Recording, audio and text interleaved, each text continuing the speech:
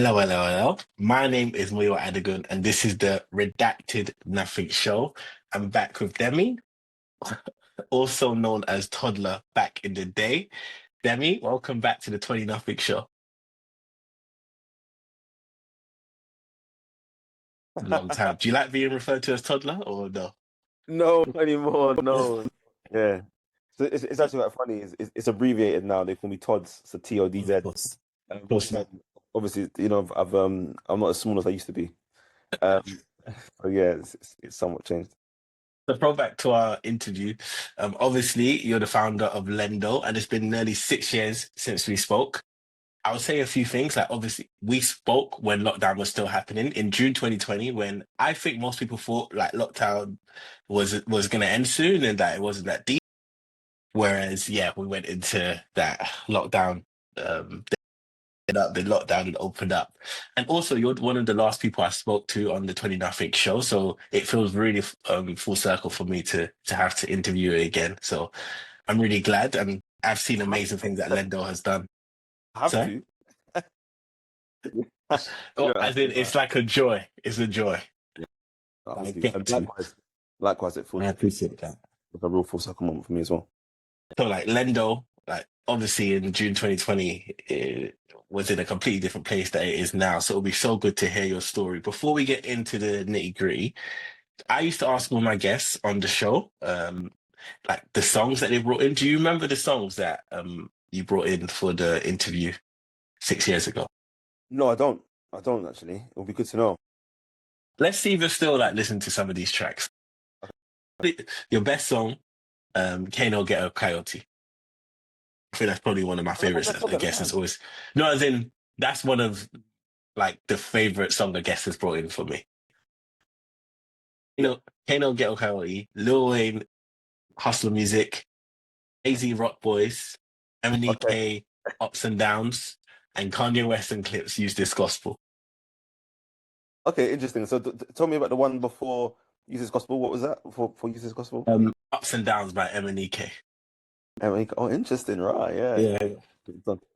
I must have listened to some of those songs. It's actually funny. I had my 35th birthday, and um, it's crazy, but my missus threw me a surprise, and that Rock Boys song was the theme. Oh, So I'm definitely still listening to that. And that's testament to it. And yeah, I mean, I don't listen to as much grime anymore because I just don't. I wouldn't say Kano and was it Kano get a coyote or Kano and yeah, yeah, get a Chloe. coyote? I mean, Yeah. I wouldn't put it on, right. It's not on a playlist, but if I hear that tune, I know if it would be that way. But yeah, listen to a few other tunes now. Yeah, listen to a few other tunes now. It's evolved since then. It's evolved. Musical choice. Yeah, it's evolved since then. Lot more Afro beats, a lot more R&B. Like Odell's really dope at the moment. Mm. Some hip hop, some decent hip hop artists out. But it's interesting with hip hop. I've kind of stayed in the kind of my back catalog, right? And the 444s, Yeah, yeah, Jay-Z yeah, yeah. album, and just some of those back catalog tunes, which have I guess turned into classics. Um, but yeah, interesting. Yeah. Really interesting. So, if you could you explain to people what Lendo is and what it does for Yeah, of course. businesses?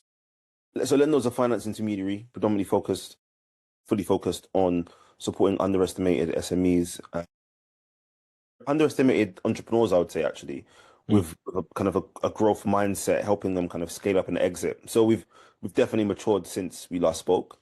And when I say kind of a growth mindset, I'm talking about, entrepreneurs are thinking really about how can I grow and build this business, scale it, and look at some sort of liquidity event. That could be a trade sale, that could be an exit through an IPO, that could be an exit through, I mean, you can exit in a bunch of different ways, management buyouts and so on and so forth. But someone that's definitely looking for a liquidity event, I would say probably in the next 5 to 7 years. So, how has it changed since 2020? Like, what are you dealing with in 2026 that you weren't dealing with in 2020? I think the size of entrepreneurs, right, or the size of the businesses that these entrepreneurs are running is slightly different, but it's definitely aligned to what we were doing in 2020 in the sense that the entrepreneurs that we managed to support, during that season, 2020, I say to end of 2021, helped us discover a relatively new market, which we've continued to work with. And that new market has naturally continued to grow, and not just grow from a market size perspective, but grow from a perspective of the maturity of the entrepreneurs. And what that means is, some of them that were birthed in 2019, we met them in 2021, they've gone on to do amazing things, insane growth numbers, and very quickly we're doing, now in eight figures in revenue, which means they're now at a stage where they're building, they're running a business that might be 10, 12, 11, 20, whatever million. They're now thinking about, all right, how do I get my liquidity event from this? Whilst Yeah.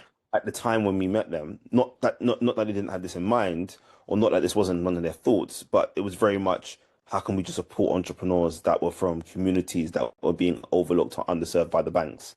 Now, you've probably seen in our branding, we mentioned underestimated a lot, because as time's gone on, you realize those entrepreneurs that were underserved, they was actually underestimated. Yeah. Now, many of them have gone on to become, you know, phenomenal players in their spaces, and the banks are saying, "Wow, why wasn't we working with them?" Right? Yeah. Yeah. Yeah. Rather than, this is someone that we don't want to work with. So yeah, Yeah. it's audience, but still very much aligned with the same kind of scope of entrepreneurs. Now, that's a really good way to see it. What can you say some names of some of the businesses that you're working with? Or Yeah, definitely. So I think one that's a kind of a beacon for us, and that's one that's we're still working with. Uh, Probably I wouldn't say one of our larger clients, but definitely a client of ours still, is Slider Cuts. He's kind of gone from strength to strength. Last year we raised kind of just shy of a £500,000 for him. So it was somewhat below that, but it was above £250,000. I won't say the precise. yeah, I'm not gonna split hairs, okay, then Yeah. it's fine. Hundreds of thousands, we're good. £1,000. So it just shows. I mean, I think when we last spoke, we had just raised about £20,000 for him. Shows the Wow. growth. Then there's others. The Gut Stuff. They're quite a popular brand. They currently sell health bars across the whole of the UK and most of the major retailers. I mean, the names I can Yeah, yeah, Ariyo, the Ava Estelles, the plant mates, although they didn't survive as long as we would have hoped during that scale up period when they were scaling up, we were one of the kind of service providers that are working with them, helping them with the growth capital they need to achieve, making some of these lists like the Sunday Times 100 yeah, list. So yeah, there's a few that are new code. There's so many, right? yeah, yeah, of I course. mean, the names It's mad. If I asked you, oh, say these ones, it makes it seem like you're skipping out some exactly names. So right. I do, yeah, yeah, yeah, I do Exactly appreciate right. that. But there's quite a handful that have gone on to do very well and will continue to do well. And there's quite a handful that have, unfortunately, they haven't been able to kind of maintain that level of Mm. growth for whatever reason it may have been. But I think one thing, everyone's mindful of is the past 5 years have been very challenging. Yes, Um, so we get on not to that. not just from a kind of a micro perspective, right? So particularly for businesses, but from a macro perspective, you've seen trade tariffs, you've seen Mhm. wars, you've seen inflation, stagflation. There's been so much that's happened both in the UK and in kind of outside of the UK that's affected UK businesses, Yeah, where e-commerce is probably adopted the most, if not in the top five countries for e-commerce. But these traders are continuing to operate globally, so they're being affected by these macro swings in the environment. I was gonna ask around about COVID because when we spoke for the first time, we were in the middle of COVID, so there was a lot of assumptions about how it's going to play out. How do you think Lendo handled like COVID? Because obviously it was such a tumultuous time. Like, how did you get through it?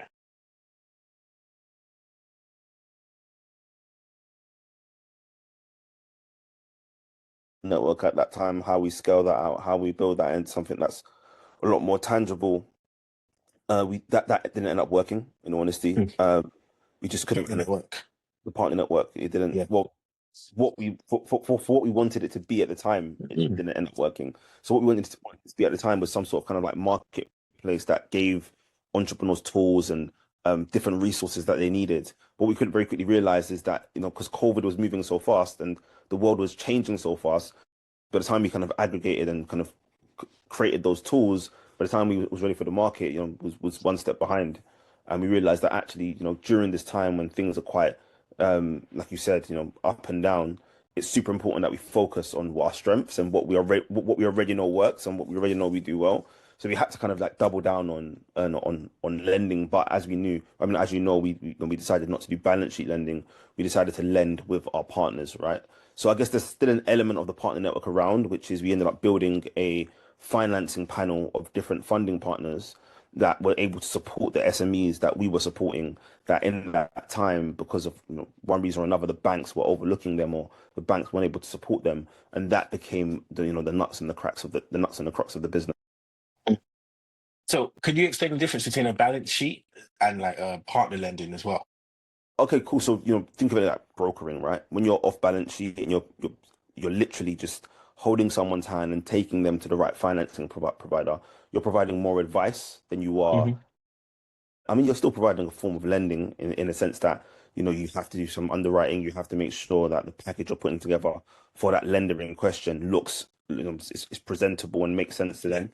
If not, what will eventually end up happening? Sorry. It's fine. It makes you look more busy and it makes the interview so much better. Um, It's better. if if not, what will end up happening is you'll lose credibility with your lending partners. So, when you're balance sheet lending, you are the lender and you're providing capital directly to the Yeah. balance sheets of these businesses, right? And there was a time when we was doing that in 2020, and when COVID happened, we realized we couldn't do that anymore because the pricing of that capital was just too high. Because the level of risk at that time, no investor was willing to give us the capital we needed at a price that would be sustainable for the SMEs or the entrepreneurs we were working with. So we had to pivot to off balance sheet where we would work with lenders that had a lower cost of capital, you could say, right? So they had Yeah. capital at lower cost than we could ever attain it. And that was the government-backed finance providers Loans. Yeah. that were offering bounce back loans, C-bills, recovery loan, and so on and so forth. And because they had all of this government money, which at the time was super cheap, I think base rate at that time was about 0.5%, or Crazy. if not less than that. They were able to lend to the same entrepreneurs that we would want to support at a much cheaper rate, which meant, I guess, from an overarching, the customers always first perspective, rather than, save yourself first. That was good for the customer, which meant we would only continue to be in business. So that's the difference between balance sheet lending and off balance sheet. Balance sheet, you're lending directly through your Yeah. own balance sheet, so capital that you have, on account. Off balance sheet, you're often advising and directing people to the right places to go and attain that financing, and you're playing more of a middleman role than anything. I guess that's, and you kind of mentioned that as well with the partner network, that you are still involved in the conversation, which is what you wanted the partner network to be. So you've just evolved it in a way. It just wasn't what you expected it to be in 2020. You just had to pivot it. Yeah, no, definitely. So like I mentioned, the partner network was meant to be a number of different things, and we always knew that we didn't have the capacity to lend at the time 100,000, 200,000, because at the time our ceiling was about 25,000. And yeah, we could have went and raised more capital to increase that ceiling, but we always knew that we wanted to be a lender that was providing our customer the very best price. And we Yeah. knew there was others that banks have deposits, and deposits mean that you have ton load of Yeah. cash at a very low cost of capital. So you're always going to be able to give a better price than someone that's like us, who's a non-bank, right? Mm. But we knew that if the banks weren't going to support, there were other non-bank lenders who had similar, similar amounts of capital available to them than similar amounts of capital available to them, like the banks, and they would be able to be the guys that we would work with. And those were, I think I might have mentioned at the time, CDFIs, alternative finance providers. There were Mm. quite a few.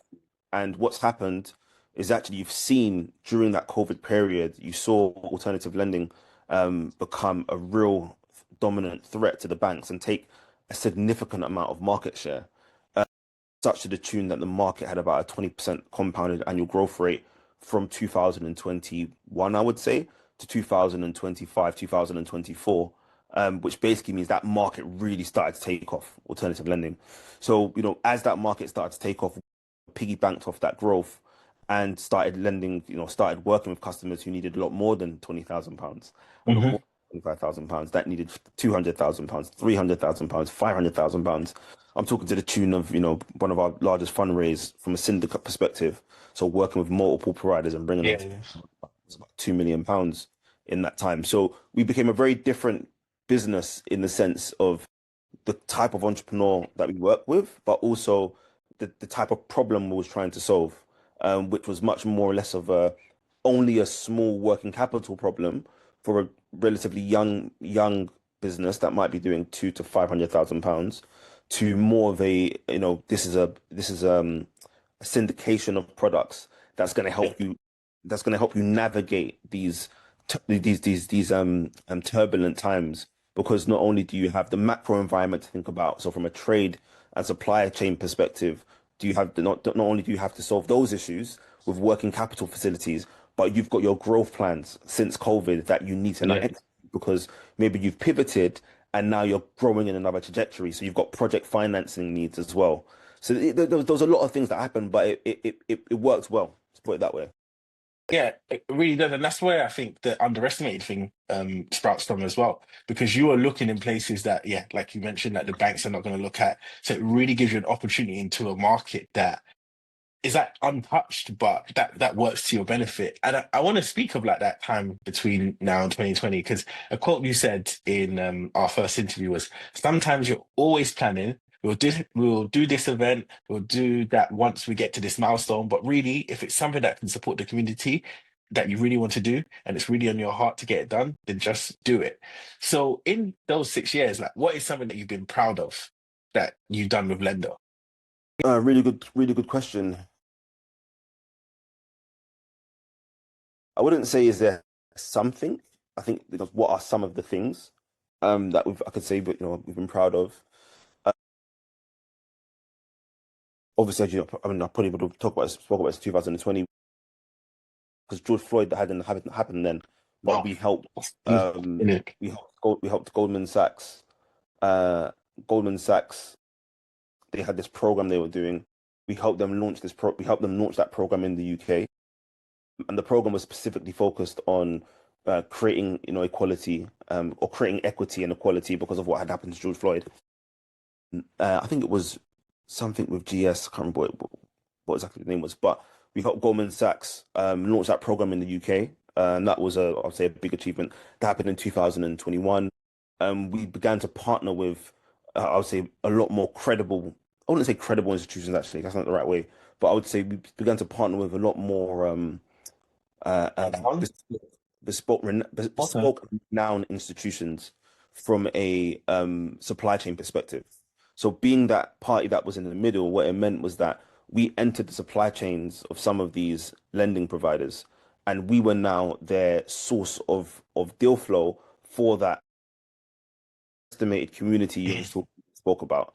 And I think in doing that with family offices that had been, I won't say names, but some of the family offices we were working with were run by some of the richest men in the UK at a time, right? Yeah. Kind of working with those organizations and enabling them to be able to put capital into the pockets of groups that they otherwise wouldn't have gained access to. I think for me, that was a real accomplishment, because what that helped me to realize is that actually we do have something people want, and it's really about cultivating and understanding how do we build that into a real value proposition that helps the business scale, if that makes Hmm. sense.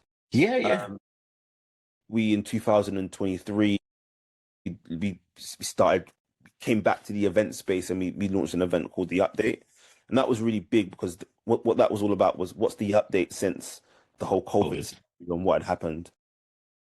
Some of the people we had in the room, today, I mean, these people are running 10, 20 million pound businesses. So to know it was able to galvanize and kind of attract those kind of entrepreneurs, that was also big for us. We surpassed what I would say was some of our kind of lending targets. So Yeah. as a collective, a management team now, easily across everyone's experience, you're looking at 50 to 70 million in lending that's gone out. And a lot of that happened in the last 2 to 3 years, based on some of the work that we was doing and increasing our loan size. And that's obviously through the balance sheets of others, but still kind of directed and advised through us. Trying to think of some other things we've done. We really started to engage with a market called the CDFI market, which, Okay. for a very long time we had been quite excited about. What does that stand for? Like, CDFI stands for Community Development Finance Institution. okay. For a very long time we had been excited about because no one had really understood what CDFIs, kind of what they were and what they did, right? But we were very attuned, we were very understanding of CDFIs because we effectively was a CDFI before we decided to become an intermediary. And by engaging that market, I mean, it didn't take off when we thought it would, but now you're seeing that it's taking Paying off. dividends. It's paying huge dividends to us because we're now seen as someone that was kind of talking about this market before it became a thing, which means that we did have the right ideas, we did have the right vision, and we are going in the right direction. We can spot opportunities both from a customer side, but also a supply, a demand side, but also a supply side as well. So the supplication of the actual capital and supply of the capital that we're lending. Just to give you some context, that market since is set to grow, 30, 40, 50% compounded annual growth. And that's predominantly because the government later took notice of that market and decided that actually, in order to solve the access to finance problem, we do need to empower CDFIs. So the government launched something called the Community Enablement Fund, I believe, which effectively kind of will create £1 billion worth of additional lending capacity for CDFIs. Why that's really big for us is because as one of the kind of, I would say, I wouldn't say ambassadors of CDFIs, but as someone that talks about CDFIs quite regularly as a funding source for the communities and the type of entrepreneurs we serve, and we've shown that right through our case studies that they can do a good job. It shows that we've always been thinking about what's been right for the customer, and I think now, or what's been right for the small business, and I think now that the government and banks, not just the government, but banks like Lloyds Bank have set up programs to empower these CDFIs to kind of give them the spotlight they need. We're kind of riding that wave with them, and I think that's really big for us. Another thing that led us to do is it led us to work on the government's dormant asset program, Mhm. which was a blended finance scheme. Blended finance is a form of infrastructure finance where you effectively have grant money alongside with commercial kind of private or corporate capital. And what happens is the grant capital de-risks the level of risk that the corporate or the commercial organization is trying to deploy, and it gives them the confidence to lend that money out a lot more aggressively. And the government launched a dormant asset program, which basically means dormant assets that have been in bank accounts that have been there for a certain number of years. The government takes those assets and then they provide it to different companies to distribute that capital Okay. into social and Really? I wouldn't say social good only, but into projects that will help the country, projects that will help the community. And we were chosen as one of the delivery partners alongside with a few others to help distribute some of those dormant assets. That program alone is, I mean, they're the government's pushing out, I think it's about 100 million over the next 10 years every year to distribute into social good causes and projects that will help the country and the community. So being part of that was predominantly because we identified the CDFI uh, Yeah. early, Yeah. and when it came to all right, who can support in particular at for this first phase, who can support ethnic minorities, who can support those from minority communities well with lending capital. We was identified as one of the parties. So a lot of the work that I think we had done in 2020, 2021, 2022 started to pay dividends in 2023, 2024. And the scheme we just delivered in 2025. Yeah. It's so interesting because I think one of the conversations that we had in the original interview was like, how do you prepare for a pandemic? Like, you can't, you just always have to be building. And it feels like that kind of paid dividends for you because you were like working in the market of CDFIs, because you were able to find that opportunity. You could see then you were in the conversation when that became bigger and that market just started to explode. Yeah, no, definitely. And it led to a whole bunch of things, right? It also led to us working quite closely with HSBC, who we're Mm. now so HSBC have recently just launched their own kind of intermediary panel for a certain number of intermediaries across the UK. Because of the ties and because of the work they saw us do throughout the years, they've appointed us to that. So we're now in their supply chain. But we conducted some research with HSBC where we was talking about things like CDFIs and how the banks could, utilize CDFIs as a means of distributing capital to the communities that, for them might be too hard to reach or they might not know how to reach. So, to have that in the research report that effectively was executed in 2022, 2023, and to see it now happening in 2025, or banks now looking at doing this work, again, it gives me that confidence that we're somewhat ahead, or we're Yeah. thinking ahead of, what should be. And I think that in itself is what entrepreneurship is, isn't it? It's being able to aggressively take a risk because there's something that maybe others haven't caught on to yet, I just was, being aware of it. I was going to ask you, like, do you think your idea of what success is has changed since like 6 years ago? Just because your business has like pivoted in a way, did you see Lendo becoming what it is now? No, I didn't. At the time, in 2020, I didn't see Lendoe becoming what it is today. I didn't think we'll be supporting people with raising 500, 1 Yeah. million, 1.5 million pounds. I thought what it would become would be and this is, I'll be quite frank about this, be similar to where I had worked previously, Zopa. And I Mm. thought it would become a peer-to-peer lending type of organization that supports, provides small loans through kind of gathering and galvanizing community capital to different SMEs, if that makes sense, in underserved markets. But I very quickly became, I very quickly realized that just wouldn't work in this new world we was in post-pandemic.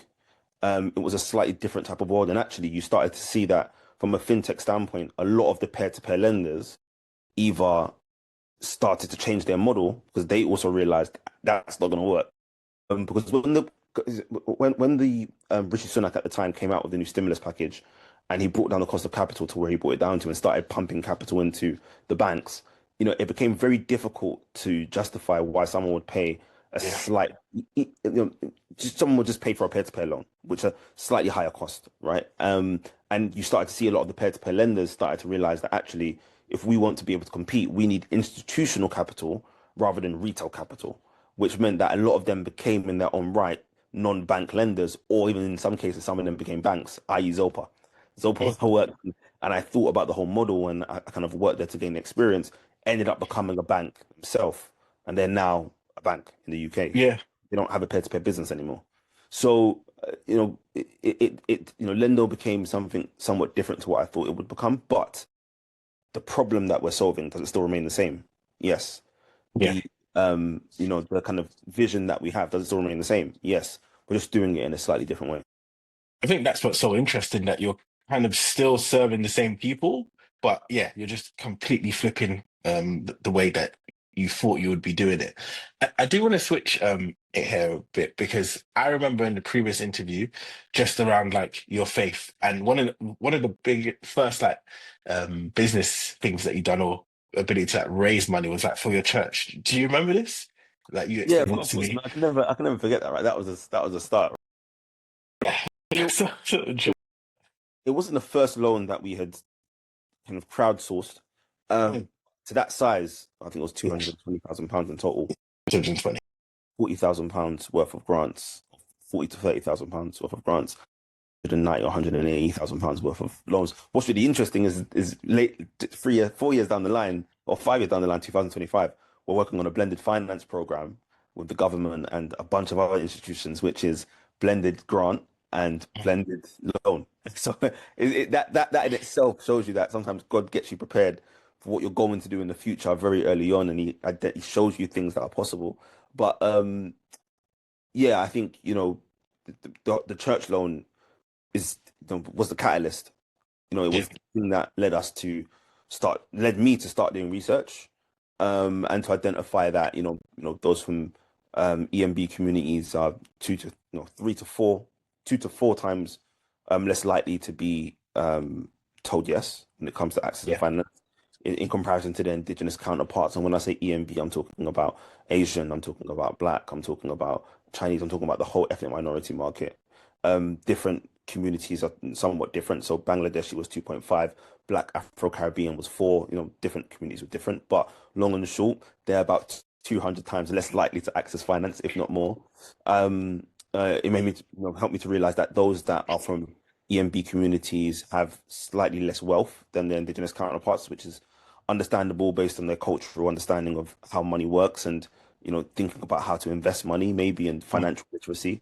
So when they come to this country, they end up working jobs that may not be the most high leverage jobs, which means they might not be paid the most, which means that affects their wealth, that kind of wealth, that wealth effect, and that often leads them to building businesses, which interestingly enough, ended up becoming some of the key markets we targeted. Building Yeah. businesses that have low barriers to entry, like e-commerce, like Yeah. like SaaS now, which was service previously, service-based businesses. And it led me to understand that the banks just weren't lending to SMEs, right?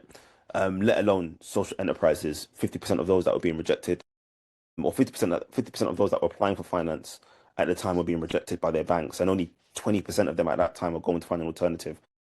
And it was So in 2020, you did say, I feel people of color are drawn to Lendo because when they see Lendo, they see themselves to some degree.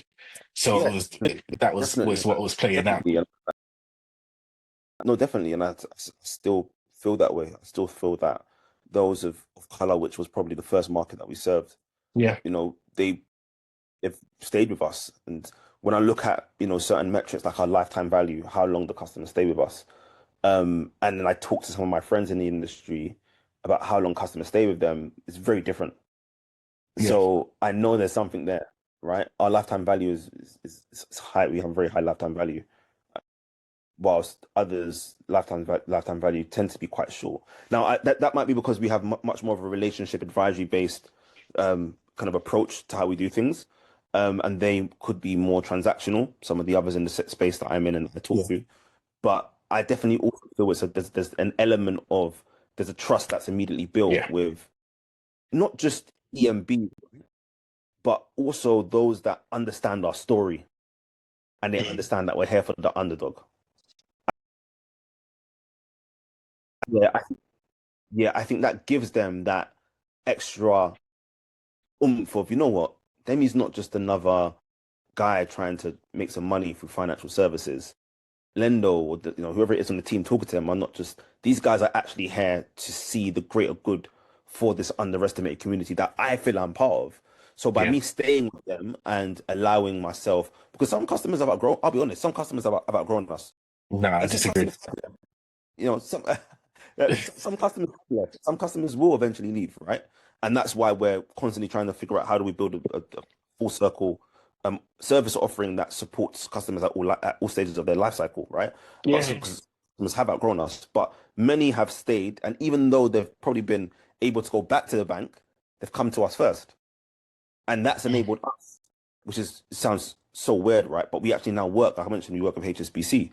We also work with Lloyds. We work with so many banks now because these customers that were underserved by the banks eventually are now attracting banks, and the banks are realizing, hold on a minute, but you've managed to build this business that acts as a layer in between us and the customer that's built a level of trust. So if we You're work, the plug. You're the underestimated business plug. That's it. That's right, the best way to say it. so it's yeah, it's just it's interesting for that reason, and that all spiraled off the church. Yeah. How do you blend like church life and religion with business? How do you find that? I think the two are synonymous, right? Do you know why? Because in business, you're constantly having to, like I think I spoke to about kind of like not being a visionary per se, but like what's coming next? Not where am I right now, Yeah. but what's coming next?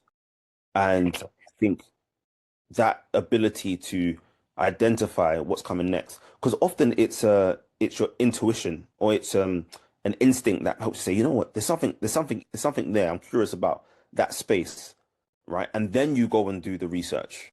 Yeah. Then you go and do the due diligence. You don't do the due diligence. You don't do due diligence on every sector and say, "Oh, I'm going to pick the sector." There's an element of some people will call it, the universe. Some people will call it Holy Spirit. Some people will call it their own intuition. But there's an element of that in business where that's what enables you to continue to be one step ahead, if anything, Yeah. and to continue to differentiate yourself. I'll give you an example. right? We started off with you kind of just doing small, very small £5,000 loans. We knew that there was a lot of demand for this, but no one's doing it.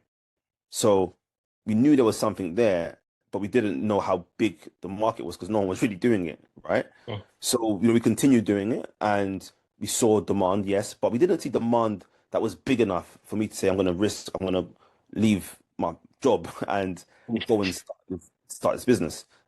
What had happened was I had faith that no, this is a market that's going to continue growing.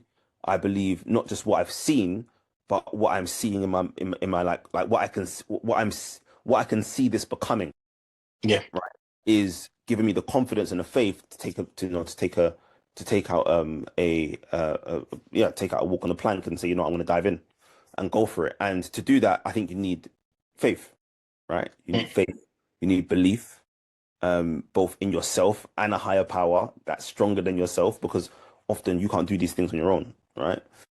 Even with the team you have, often these things don't happen just because of your skill.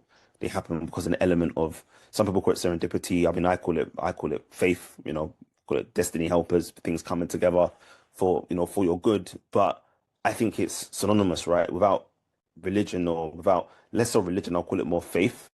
Yeah. It's very hard to do. It's very hard to do business. No, that makes total sense that you kind of need to have faith that things will work out, that you'll keep doing what Oh you're yeah, I doing. mean, It will all come together. as an entrepreneur, you need to be so optimistic to the level of that you sometimes look a bit delusional, right? But that's part of the job. But this is why I say they're synonymous, right? Because that optimism often comes from a higher power, right? Yeah. Not from what you're seeing at that time, but Mm. from what you believe can come to pass, based on your faith in your ability, yes, but also your trust in me, a higher power, and that's God, personally for me. Yeah, yeah. Like that saying, like trust the process. Just knowing that what you're doing, it's will all come to pass. Like what you're doing will all work out. No, that makes a lot of sense.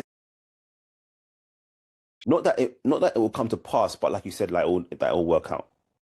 Yeah, It will work out somehow, some way. I mean, it might not work, but you're gonna end up, they say shoot for the is it shoot for the moon, end up on you'll the end up in stars. the You're class. gonna end up in a Well, yeah. so you say shoot for the moon, end up in the clouds. 'Cause stars are further away than the moon. Yeah. So maybe actually, maybe that's what people mean. That if you miss the moon, you go even higher than the moon. Yeah, Okay, I that's mean, the optimistic I way think to that's look at it. it. I could be Yeah. wrong. I probably am wrong. But yeah,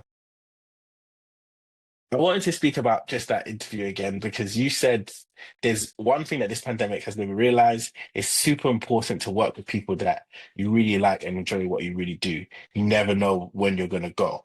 So, what is that the biggest lesson that you've learned since that interview? If we're going to say from 2020 to 2026, what is the biggest lesson you've learned?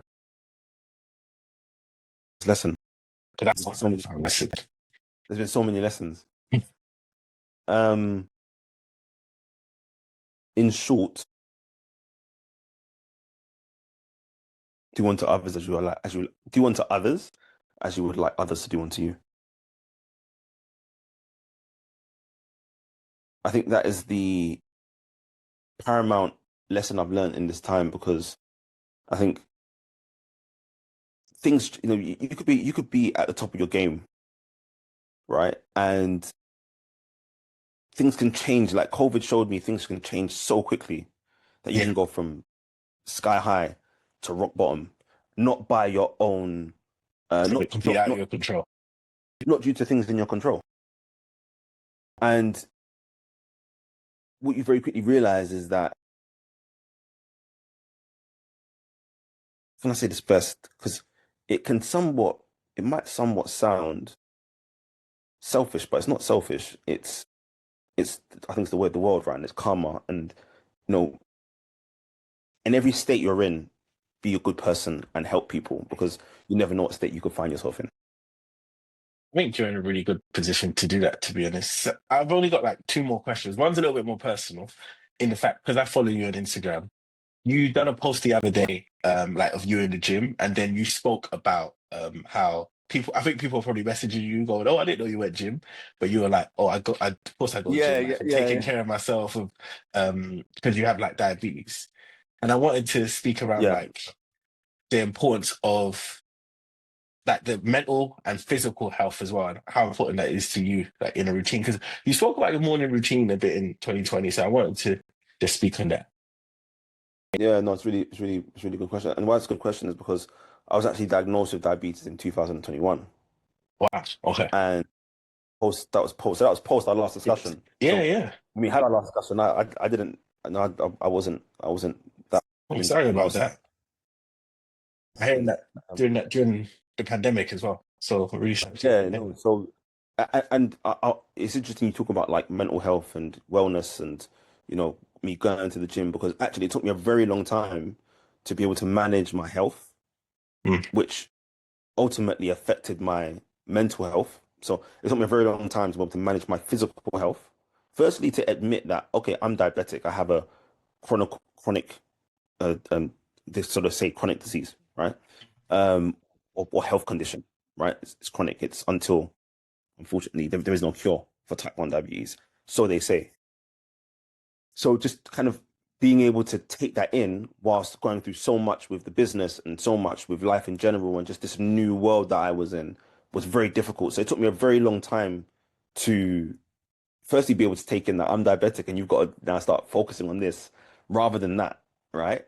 And yeah. then a very long Yeah. time to start to be able to manage it and get on top of it to the tune that I don't know if you saw my levels, but I showed my levels on Instagram because I wanted to be quite transparent and vulnerable and That's why I show, brought it up as well. Because you were so yeah, transparent with it. So I do I appreciate it. showed that. I mean, I didn't say this, but there was a stage where my levels. So let's say I think my levels, the one that the average that I showed, the average mean was about 8 or 7. There was a stage where my average mean or average kind of sugar level was like 15, and that was scary for me because the thing with diabetes, depending on what with your type 1, type 2, if you're constantly out of your range, you're usually if you're above your range, then you're basically your body's frying itself.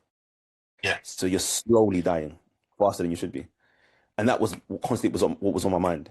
So it was very difficult for me to be able to get on top of that, particularly with, at the time, unfortunately, I was going through the NHS and there was a few things that happened that, didn't help. They gave me the wrong medicine. So it was from 2021 to 2023, 24 was very challenging for me to mental health wise, because of my physical health.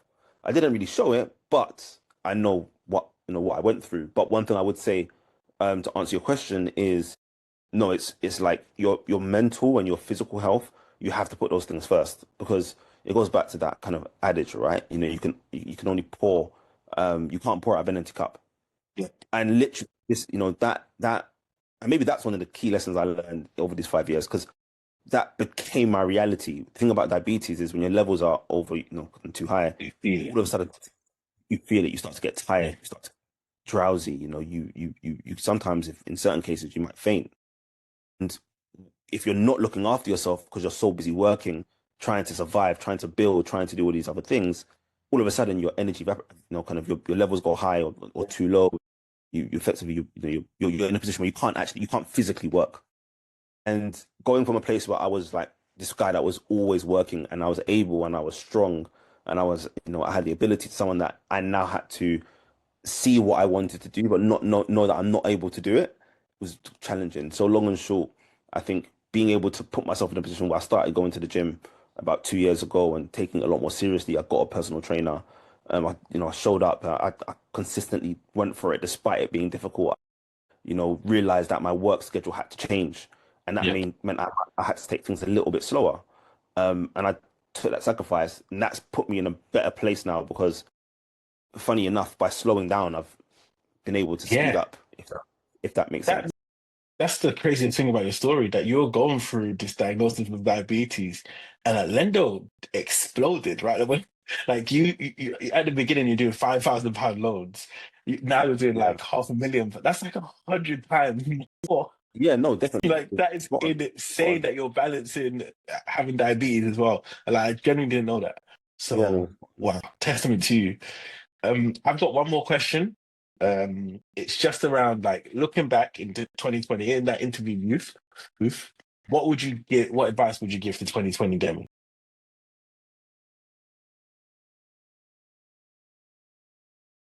Oh, good question.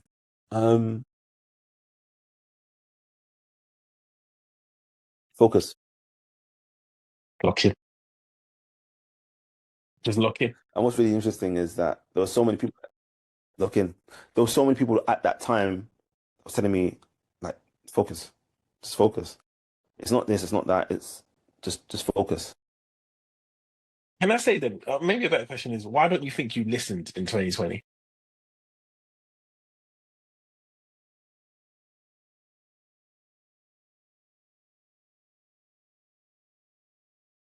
Thought I knew better.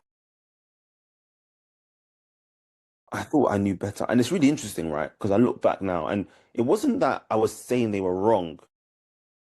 I just believed in myself so much that I thought I could do multiple things at one time. Yeah, But it wasn't that I couldn't, it wasn't that I wasn't able to do those things. And I think the results show, right? We started working with family offices, we signed we had our own credit line, we raised a substantial amount of capital. Loads of things happened in that time. So it wasn't that we wasn't able to attain those things, but because of the lack of focus, we wasn't able to retain and keep those things. yeah, And I think I, when I was taking advice from those people, I was hearing what they were saying, but I was like, I know I can do this. And I proved to myself that I can, that I was able to do it. But it's not just about doing it once. It's not just about kind of attaining, if you want to talk about this in spiritual terms, attaining the blessing. It's about how do you retain it? right. And that takes focus, that takes attention, that takes a level of patience, you know, not just to attain, but to attain and retain and to Yeah, maintain. If you want to call it attain, retain, maintain, right?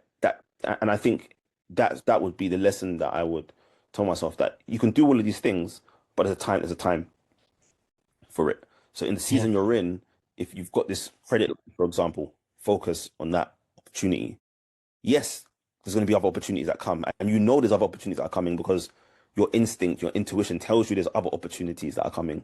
But it doesn't mean that those opportunities that are coming now, those opportunities that are coming rather, this doesn't mean you need to have those opportunities right now. They're for a time, for a place.